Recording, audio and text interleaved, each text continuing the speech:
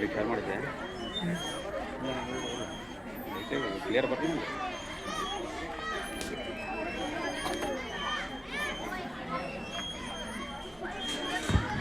ಮಕ್ಕಳೆಲ್ಲರಿಗೂ ಸಭೆಯ ಮುಂಭಾಗದಲ್ಲಿ ಬರಬೇಕೆಂದು ಕೇಳಿಕೊಳ್ಳುತ್ತೇನೆ.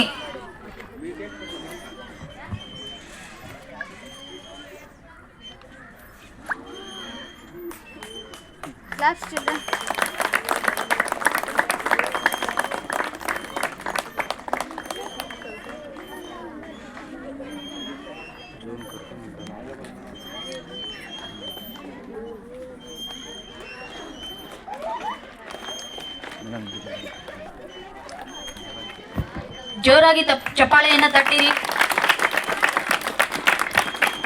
ಕೇಳಿಸ್ತಾ ಇಲ್ಲ.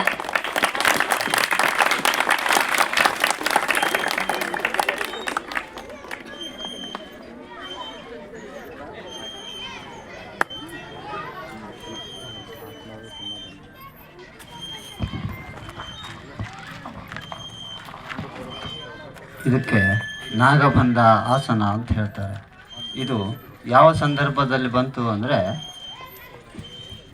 ಇದು ಗಣಪ ಹೊಟ್ಟೆ ಹೊಡಿತದಲ್ಲ, ಹೊಟ್ಟೆ ಹೊಡೆದಾಗ ಕಟ್ಟಿರ್ತಾನ ಹಾವನ್ನು, ಅದೇ ಇದು ನಮ್ಮ ದೇಹದೊಳಗೇ ನಾವು ನಾಗನ್ನ ಸೃಷ್ಟಿ ಮಾಡ್ಕೊಂಡು, ಇದು ನಾಗ ಸಾಧುಗಳು ಮಾತ್ರ ಹಾಕ್ಲಿಕ್ಕೆ ಸಾಧ್ಯ, ಇನ್ನೊಬ್ಬರಿಂದ ಆಗ್ಲಿಕ್ಕೆ ಸಾಧ್ಯ. ಯಾಕಂದರೆ ಇದು ಮುಂದೆ ಬಂದಿರ್ತದ. ಯೋಗದಕ್ಕಿಂತ ದೊಡ್ಡದು ಯಾವುದೂ ಇಲ್ಲ, ಯೋಗದಿಂದನೇ ಎಲ್ಲ ಶಕ್ತಿ. ಇದು ಆಸನ ನಾಗಬಂಧ ಅಂತೇಳಿ. ಇನ್ನು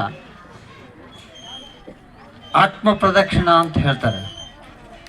ಆತ್ಮ ಪ್ರದಕ್ಷಿಣ ಅಂತಂದರೆ ನೀವು ಸುತ್ತ ಹರಿತೀರಿ ದೇವ್ರನ್ನ. ಸುತ್ತ ಹರಿದು ನಮಸ್ಕಾರ ಮಾಡೋದು ಬೇರೆ, ಸುತ್ತ ಹರಿಲಾರ್ದಾನೆ ನಾವು ಕೂತಲ್ಲೇ ಧ್ಯಾನದಲ್ಲೇ ಎಲ್ಲ ದಿಕ್ಕಿಗೂ ನಮಸ್ಕಾರ ಹೋಗಬೇಕು. ಅದು ಹೆಂಗಪ್ಪ ತೋರಿಸ್ತೀನಿ. ಅದು ಒಂದು ಮಕ್ಕಳು ನೋಡಿದ್ರೆ ದೇವ್ರು ನೋಡಿದಂಗೆ ಆಗ್ಲಿಕ್ಕಾಗ್ತದೆ, ಇಲ್ಲಾಂದ್ರೆ ನಾನು ಎಲ್ಲಿ ಹಾಕ್ಲಿಕ್ಕೆ ಸಾಧ್ಯ ಇಲ್ಲ. ಇದು ಒಂಥರ ಸರ್ಕಸ್ ಥರ ಆಗಿ ಹೋಗ್ತದೆ.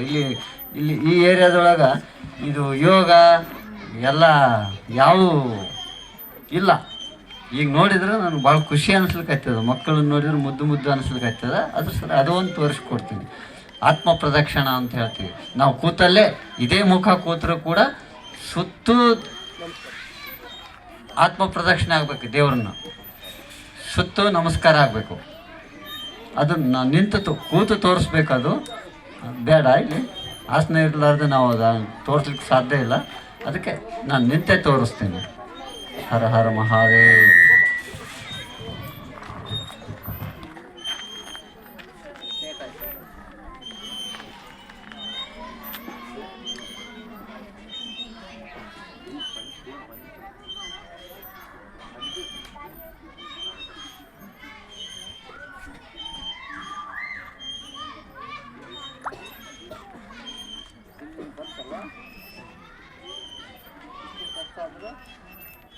ನಮಸ್ಕಾರ. ಇದೇ ತಲೆನೇ ಹಿಂದೆ ಟಚ್ ಆಗಬೇಕು, ಕೈ ಹಿಂಗೆ ಬರಬೇಕು.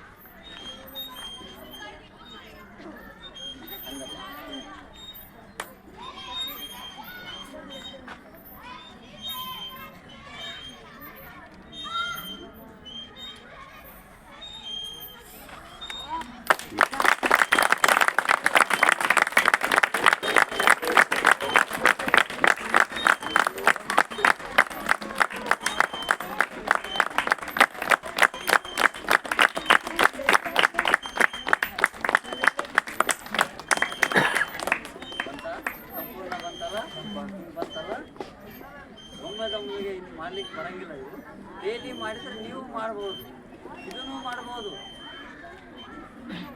ಬರ್ತದೆ.